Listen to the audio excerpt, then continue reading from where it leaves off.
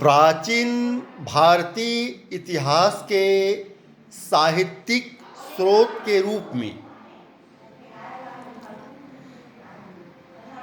वैदिक काल के बाद कर्मकांड साहित्य की भरमार मिलती है। राजाओं के द्वारा और 3 उच्च वर्णों के धनाढ्य पुरुषों द्वारा अनुष्ठेय सार्वजनिक यज्ञों के विधि विधान स्रोत सूत्रों में दिए गए हैं और इन्हीं में राज्याभिषेक के कई आडंबरपूर्ण अनुष्ठान भी वर्णित हैं। वैदिक काल के बाद कर्मकांड से संबंधित कई साहित्य की रचना हुई। इसमें अनेकानेक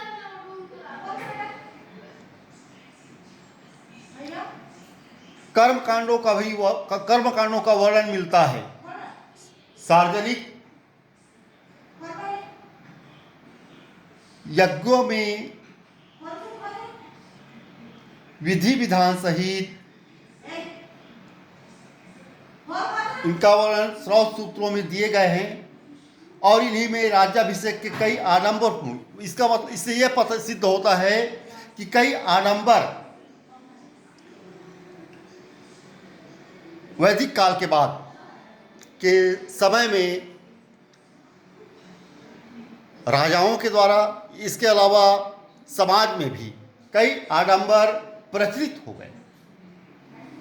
इसी तरह जात कर्म, जन्मानुष्ठान, नामकरण, उपनयन, विवाह, श्राद्ध आदि घरेलू या पारिवारिक अनुष्ठानों का विधि विधान गृह सूत्रों में पाया जाता है।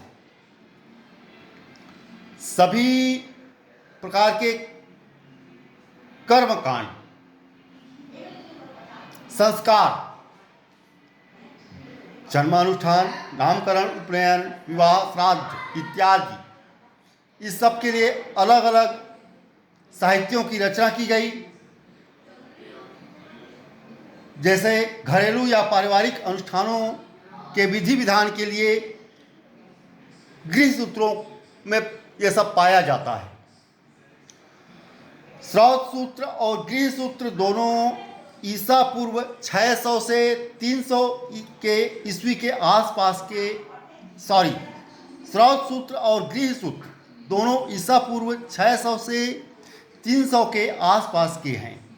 यहाँ शुल्व सूत्र भी उल्लेखनीय है, जिनमें यज्ञ वेदी के निर्माण के लिए विविध प्रकार के मापों का विधान है। ज्यामिति और गणित का अध्ययन वहीं से आरंभ होता है। ज्यामिति और गणित का आरंभ शुल्व सूत्र से आरंभ होता है, जिनमें यज्ञ वेदी के निर्माण के लिए विविध प्रकार के मापों का विधान है। भारत में गणित प्राचीन काल से रहा है, ये एक ज्ञात तथ्य है, और ज्यामिति और गणित का अध्ययन वहीं से आरंभ होता है, शुल्व सूत्र से। जैन और बौद्ध धर्म के धार्मिक ग्रंथों में ऐतिहासिक व्यक्तियों और घटनाओं का उल्लेख मिलता है।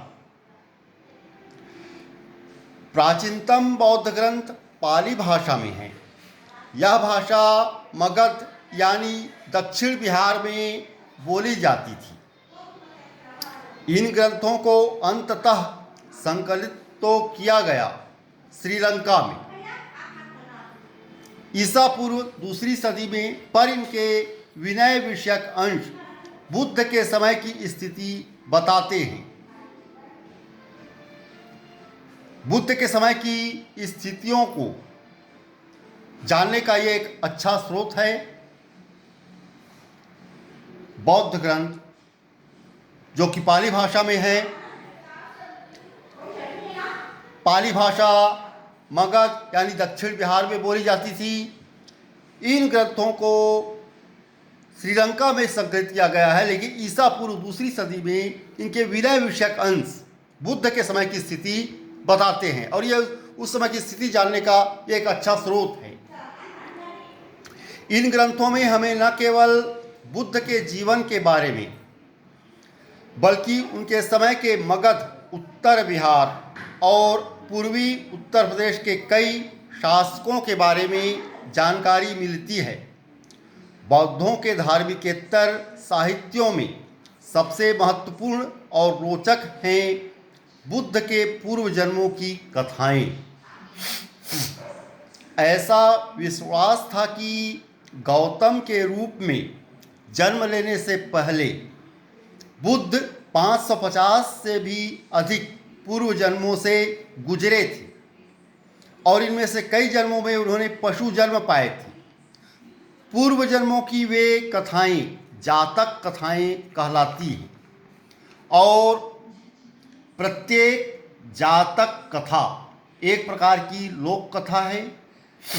ये जातक ईसा पूर्व 5वीं सदी से दूसरी सदी तक की सामाजिक और आर्थिक स्थिति पर बहुमूल्य प्रकाश डालते हैं। प्रसंगवश ये कथाएं बुद्धकालीन राजनीतिक घटनाओं की भी जानकारी देती हैं। इन जातक कथाओं से बुद्धकालीन राजनीतिक घटनाओं 5वीं से दूसरी सदी तक की सामाजिक और आर्थिक स्थिति पर अध्ययन करने के लिए इन जातक कथाओं का अच्छा खासा सहयोग लिया जा सकता है। जैन ग्रंथों की रचना प्राकृत भाषा में हुई थी। ईसा की 6ठी सदी में गुजरात के वल्लभी नगर में इन्हें अंतिम रूप से संकलित किया गया था।